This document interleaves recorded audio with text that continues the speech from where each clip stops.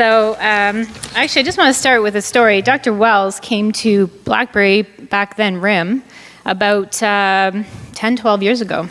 I'm not sure if CRE-MSD was formed at that point. Was it? And I think that was you were trying to get insight into what industries were dealing with at the time and how to tailor the research. So I thought that was a great start. And we also partnered with Ryerson University for quite some time to develop some tools for our manufacturing facility, ergonomic tools. And that was a great partnership. So it's so fantastic to see that research institutions are working together with industries to help each other out. And I have to say too, from the presentations today, researchers are hitting the mark, because this is exactly what we're struggling with. What you guys talked about today is exactly what we're struggling with. And I'm proud to say that I think we're on track. You know, you worry research here, employees are here going this way, but I think we're on track. So it's fantastic. I want to just introduce myself. Again, my name is Beattie. I've been a proud employee at Blackberry for 15 years now, actually, or close to 15 years. Shamily is our co-op student this term from UW, and kind of baptism by fire, because within her first couple weeks of our term, I said, we're developing a presentation for CRE-MSD conference, and you're presenting too with me. So good to have her with me here.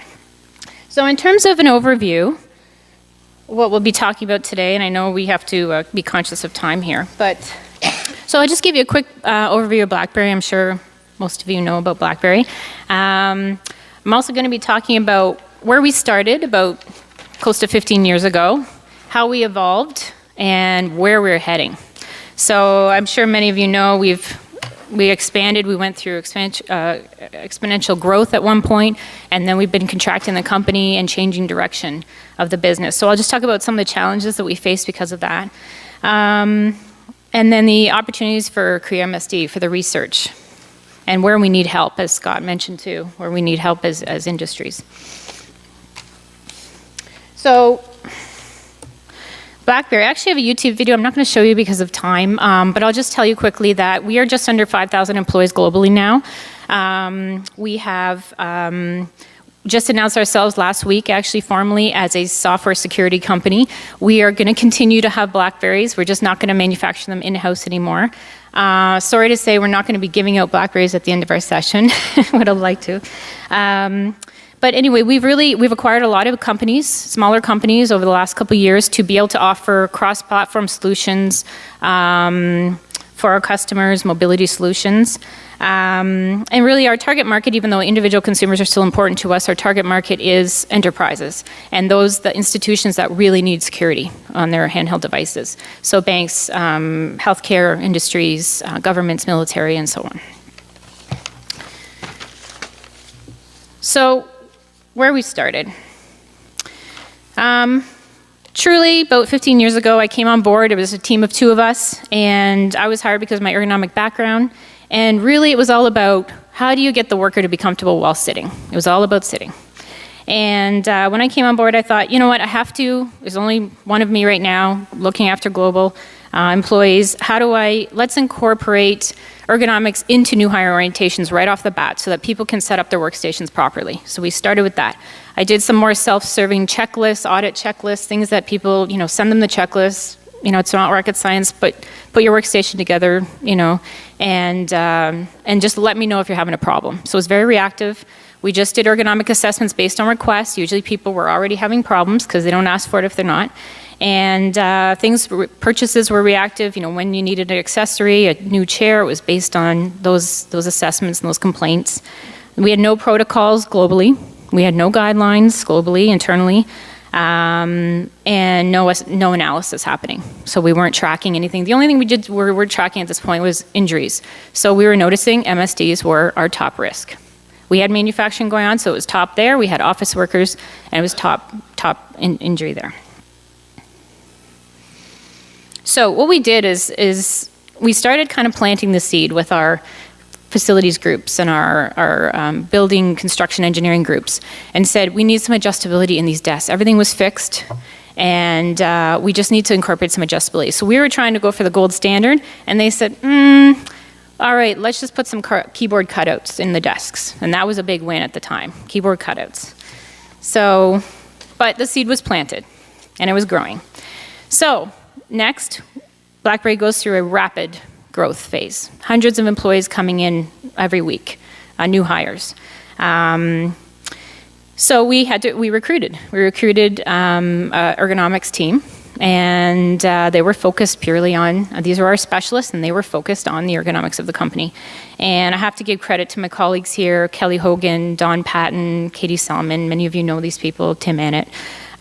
They were fantastic. They got together, they started doing some analysis, finding out the baseline here of our data, and started developing some formal programs. We had a manual material handling program, we had an office ergonomics program, lab design program, how you're going to set up your labs ergonomically, and manufacturing as well. We did a lot of work there. And we had mandatory online interactive training we developed in-house called Healthy Computing. And that was part of the new hire package. Online assessment request system. So that enabled us to get a little intake of information prior to going and doing the assessment. It allowed us to crunch numbers, do the reports. We developed furniture standards. We developed standards for those that are in our call center. We developed standards for offices. We developed standards for receptionist desks. And it was really to help and guide those that are designing our spaces. And I have those for you if some of you are interested in some of those. Integrated design approach. You know, we trained engineers in our manufacturing facility. How do you design for manufacturability? Standard design for assembly stations, inspection stations, so on. Equipment commissioning process included ergo sign-off. So you couldn't bring in a new piece of equipment or a tool without ergonomics being part of that process. Ergo champions, you talked about people advocating for ergonomics. We actually trained ergo champions, and they represented ergonomics within their teams. And an ergo committee, we even went as far as an ergo committee. So we did a lot here. Management, we had put in an EHS management system that included ergonomic risk factors. When you did a risk assessment, you weren't just looking at chemical, biological, physical hazards, you were looking at ergonomic hazards and looking at controls to mitigate that risk. We started doing statistics on how many of our ergonomic assessments were proactive versus reactive. How many were, what was our injury rates looking like? How can we get these down? We started setting company targets. Reduce MSDs by 10%. That was one of our targets. And I think about this as, there's this pendulum shift. Now we went from pure sitting, and we're swinging the pendulum over to standing. Now we got to start, incorporating with these furniture standards and everything. Everybody's got to start standing. That's what the research was saying. I think about it as almost nutritional advice. You go from don't eat fat to eat fat. Don't eat salt, now eat salt. Salt's good. I'm hoping at some point don't eat sugar will turn to in a couple of years. Sugar's good for us, So we made the decision. Cost wasn't a factor at this point for Blackberry. Let's start standing. Let's start incorporating. We're starting to build our own buildings here. We're equipping our buildings with furniture. Let's do it right the first time. Let's start buying these adjustable sit-stand desks, motorized, all the fancy features and everything. So sitting is bad, sitting is new smoking, all that stuff. It's already been discussed today.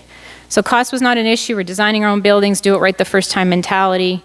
We started getting more accommodation requests coming in. The duty to accommodate, of course, is there.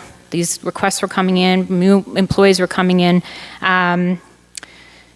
Then on top of that, we're a high-tech sector. People are expecting really cool, neat environments to work in, right? The fancy stuff, These companies have money, they should be putting us, it's almost not even a perk anymore, it's an expectation for high-tech. We had ergonomic specialists advocating for all this, pushing for it, pushing the business case. So that helped focus on it, lots of training and time and attention. We had the business case. We had the statistics were high. We had the lost time costs were actually quite high. And we couldn't always accommodate because people that needed to stand, we couldn't always accommodate that in an office type setting. So this was part of our business case to justify these sit-stand desks. And they just allowed for that flexibility. So how do we prioritize who got them? Well, people that were tied to phones, tied to computers, so our call center, all those people, we said that's a priority, those people there. They work shift work, often 12 hours.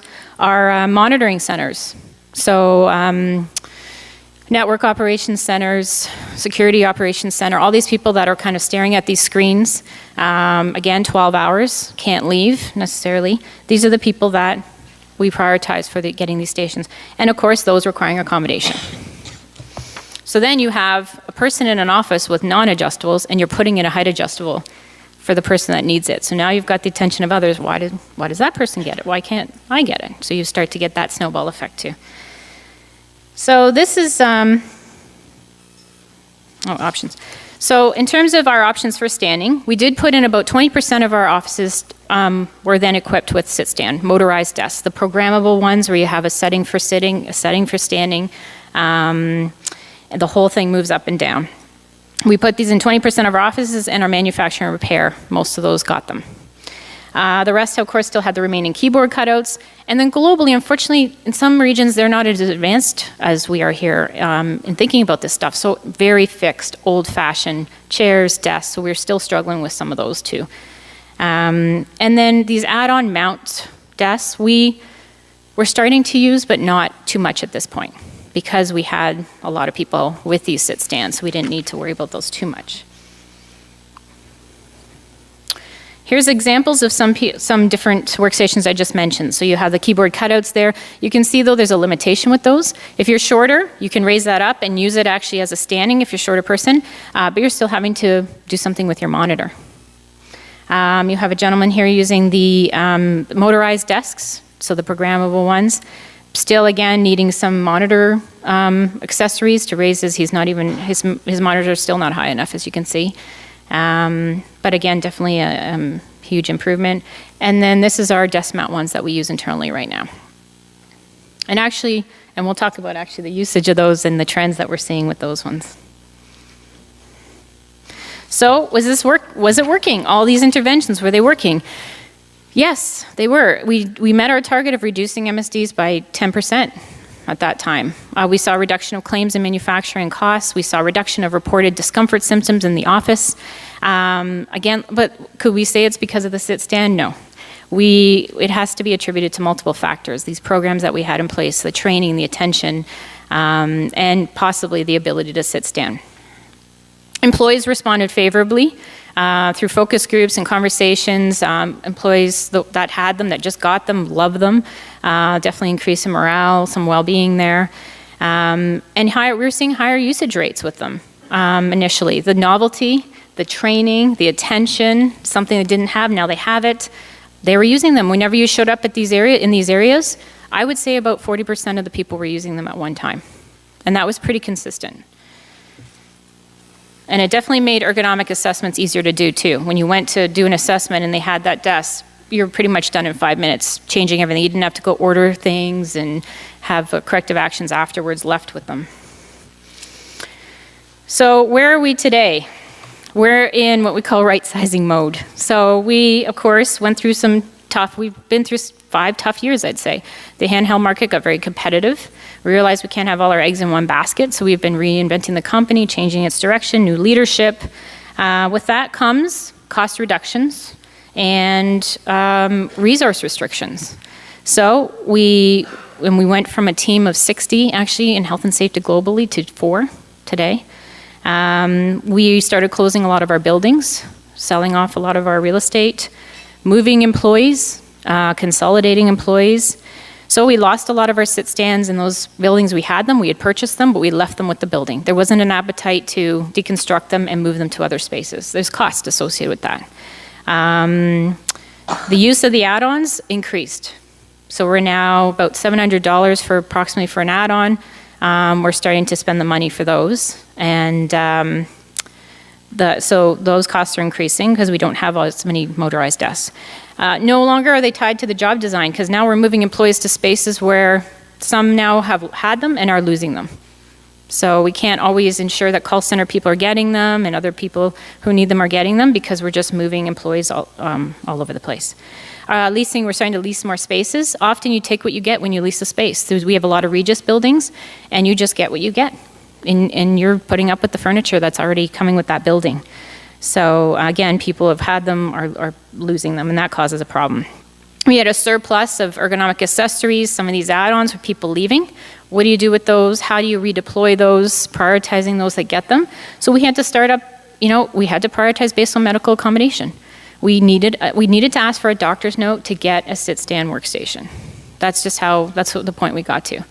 And with that comes some challenges too, because you want everybody to have these. So if they want them, I want to sit, stand, I want to be able to stand. Oh, I'm sorry, you need a doctor's note. Now you're sending them to the doctor to get a doctor's note, of which usually the doctor just writes, give employees sit, stand. So we're not even getting it, you're probably dealing with yourselves, we're not getting information as to what the limitations are of the person or restrictions are of the person, you just give them a sit, stand. So we're struggling a bit with that. And we don't have the medical expertise in-house anymore that can look at these notes and really understand, yes, that's what they need based on their condition or what they're dealing with.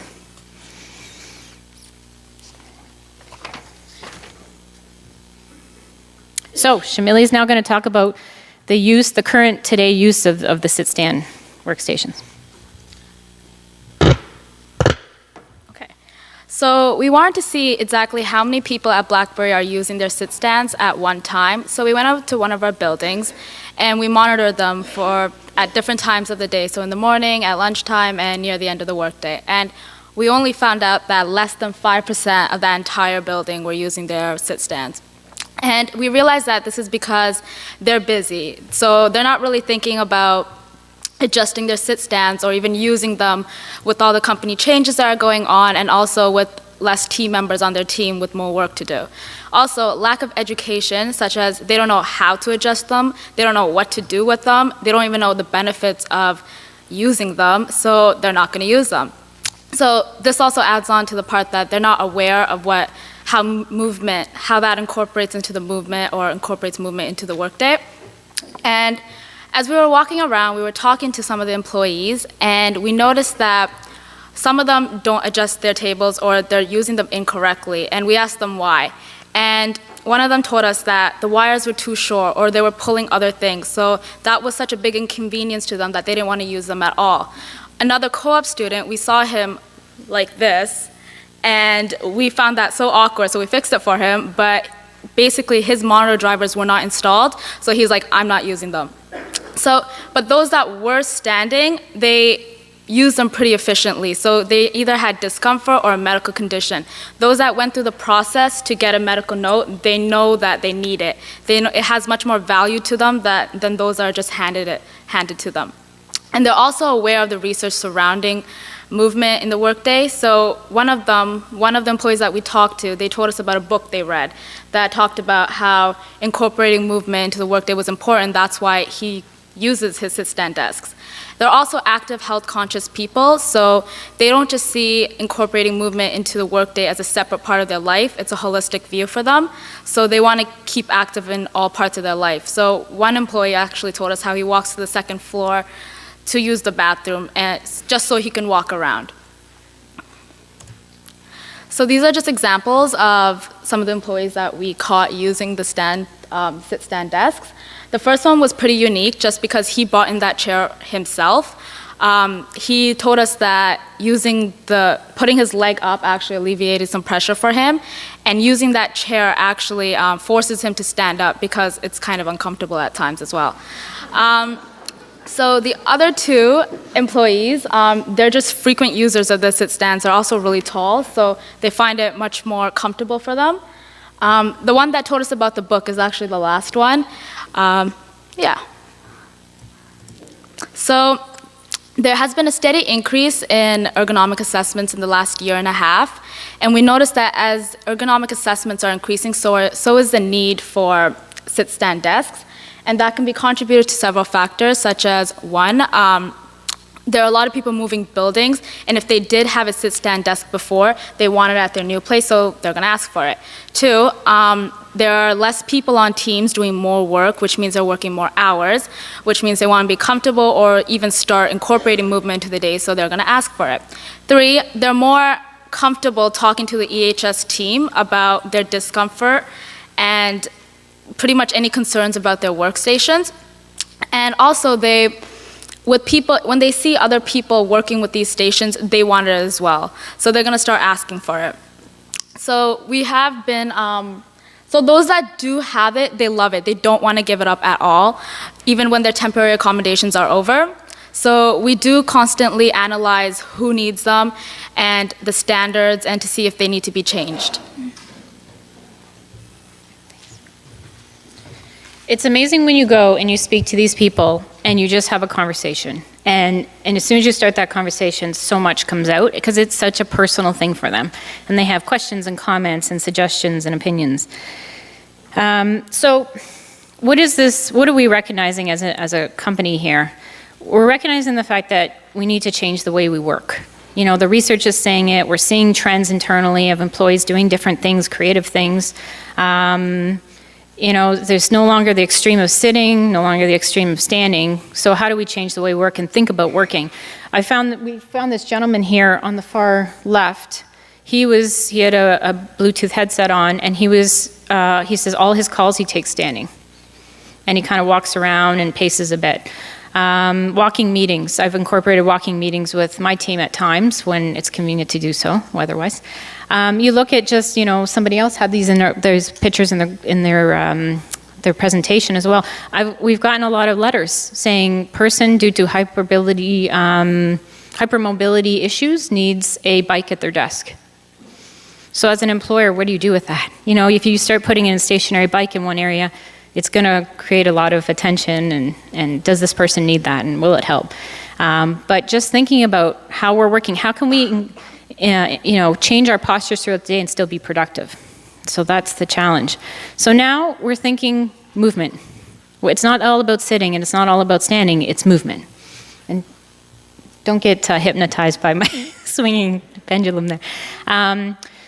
So how does an employer incorporate movement into their day and still be productive? So again, leveraging the workstation features, those that have these different adjustabilities, make sure they know how to use them and alternate their positions throughout the day. Stand-up meetings, walking meetings, no WebExes. We got so reliant internally on these WebExes where you just call into meetings, and the meeting room is just down the hall, but we're all sitting at our desk calling into these meetings. Training on the move. We just started something last month where it's hard to get people into a classroom. But if you have training on the move and you meet them in the lobby, and you start, in this case it was emergency response training.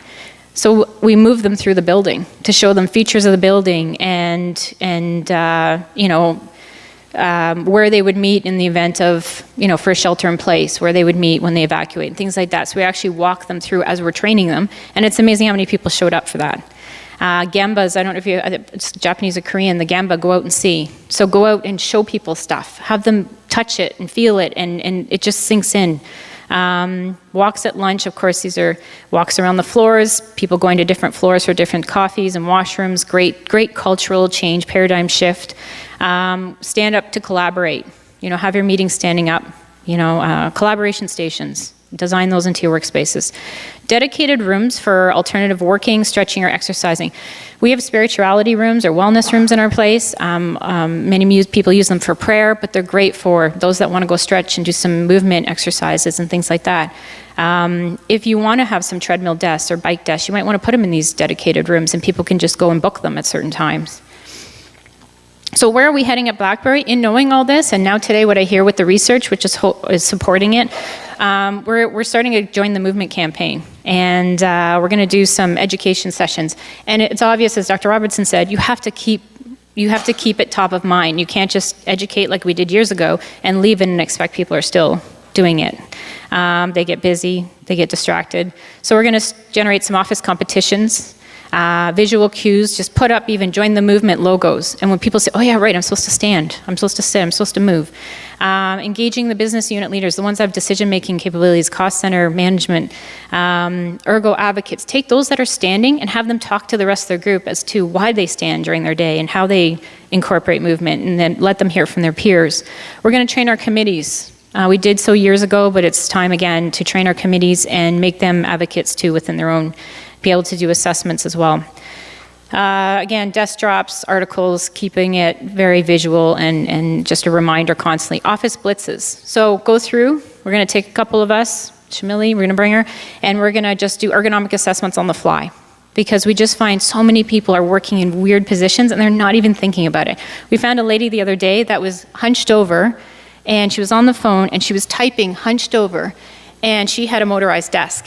And I went over and I barely even said anything to her. As she's on the phone, touched the button, raised it, and she said, thank you. I didn't even think about that. So it's just, again, it's right there for them and they're not using it. And then integrated ergonomics training. So again, putting that training into the EHS course that they get, and it's now incorporated in our business standards and principles. So it's not even a separate training. It is the Blackberry's business standards and principles, and our training is mandatory within that. So overall and in summary, our challenges are the organizational restructuring, the need to stay nimble and flexible with our business. It's constantly changing, people are coming and going, moving around. The amount of work versus doing it right. So trying to justify to the powers that be that it's worth the payoff. You know, they're so focused on short-term costs, but what's the ROI? You know, what is the long-term payoff here? Just a quick story. We had a head of finance who's really hasn't been, you know, really not focused on ergonomics at all, and he's busy with other things. And, you know, to talk about adjustable furniture and getting it incorporated into new spaces, never. Not gonna happen. Cost is of the essence. And just recently he's received in 1 week 3 requests for sit stands himself. He got it directly, direct request to him. And he phoned us and said, why aren't we incorporating these in our spaces up front? And I thought, we have been asking for that, you know, for a couple years now, and it's just, we realize it's just not the time and the place. But now it's just, they're starting to see it themselves. The media influence on us as industry, sometimes it's hard to know what to believe. Sitting's good, bad. Standing's good, bad. What are we supposed to believe? Mobile workforce is another big thing for us. Home workers, how do they get set up at home properly and ergonomically as well? The open office design you mentioned, a lot of people self-conscious standing up. There's your confidentiality of the information you're working with. So having that big picture, keeping that in mind is when you have open offices and you have sit stands, they're very visible when you walked in the office, who's standing. That lack of body awareness, that overall approach, taking human factor into your design of your workspaces. The changing in leadership, you almost have to start all over again. You get a new leader, you gotta start the conversation all over again and justify the costs. Prioritizing the medical notes, I already talked about some of those challenges as well. So where do we need the research? The sitting, standing versus movement-based work, the open office, development of guidelines, how to incorporate standards and have them follow them. I mean, we have these furniture standards, they're not currently being followed. Assistance with the medical note interpretation. Technology changes, do we, you know, how do we get a break for technology, or how do we leverage technology to help us? Sustaining behavioral changes, so once you educate them, train them, continuously remind them, how do you keep that and make it a cultural shift and sustainable behavior change? Evaluating the effectiveness of these interventions. How can we show management, the bottom line, how it's affecting, how it's the measures of success, and how do we quantify that? And the effects on productivity and morale. And the movement culture, integrating into our overall programs up front and getting buy-in. So opportunities for CRE-MSD, I think again, you're already addressing these, which is fantastic. The need for overall workplace approach, the changing behavior, the tips on how to include movement into job design, and scalable approaches. So if a company can't start up where can they start? And where can they build to? He has one, I want one mentality, how do you deal with that? And just the overall knowledge transfer, all of us here, different people from medical communities, health practitioners, organizational leaders and decision makers, the ergonomists, the professionals, and even those furniture designers. You know, how do we all talk together so that we're aligned, making a difference? And this is really neat. If you guys get a chance, if you want to Google Edu Portal, or Edu Portal, he is a gentleman that is really changing the paradigm about movement, and he's so inspirational. And I really, just out of just a personal interest, he's just fantastic. He's totally changing the way we think about how we move our bodies. And he's just saying how movement complexity is by far the reason we're human, and we're just getting so sedentary. So he's really changing the way we think about that. So, and that's it.